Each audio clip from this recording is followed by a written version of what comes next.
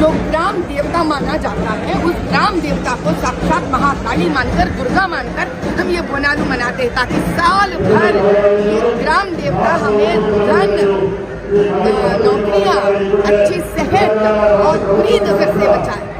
यही है इसका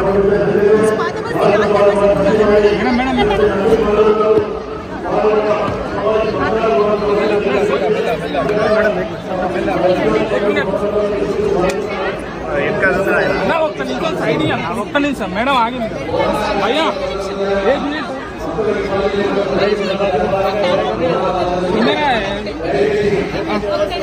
ఓకే రైట్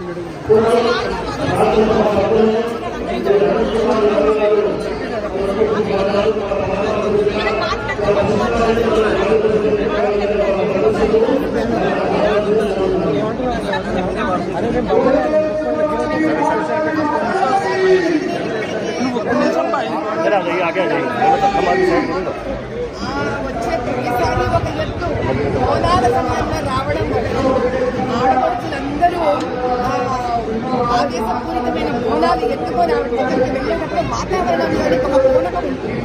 అమ్మవారిని ఆ రోజు చూస్తుంటే సాక్షాత్తు చెడుని నరకడానికి ఒక కాళీ స్వరూపం రూపం ఎత్తుదాల్చిందా అన్నంత ఒక ఆవేశ రూపంలో అమ్మవారు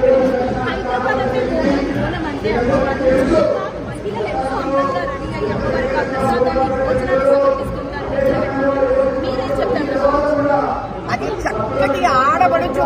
ఆ రణాల మా తెలంగాణ ఆడబడుచు ఈ రోజు ఉత్సాహంగా ఎలా అయితే తయారవుతుందో ఇది సనాతన ధర్మం అంటారు. ఇలాగే పూర్వం ప్రతిరోజు ఉండేవాళ్ళు ఆడవాళ్ళు. అందుకే ఆ లక్షణకరము, ఆ ఆనందము, ఆ సంతోషము, ఆ సౌభాగ్యము రోజు బోనాలు లాగా దేదీప్యమానంగా వెలిగాయి. ఇప్పుడు సంవత్సరానికి ఒక్కసారైనా సంతోషమే. ఈ రోజైనా వాళ్ళు ఎలా ఉన్నారు మాకంతే సంతోషం.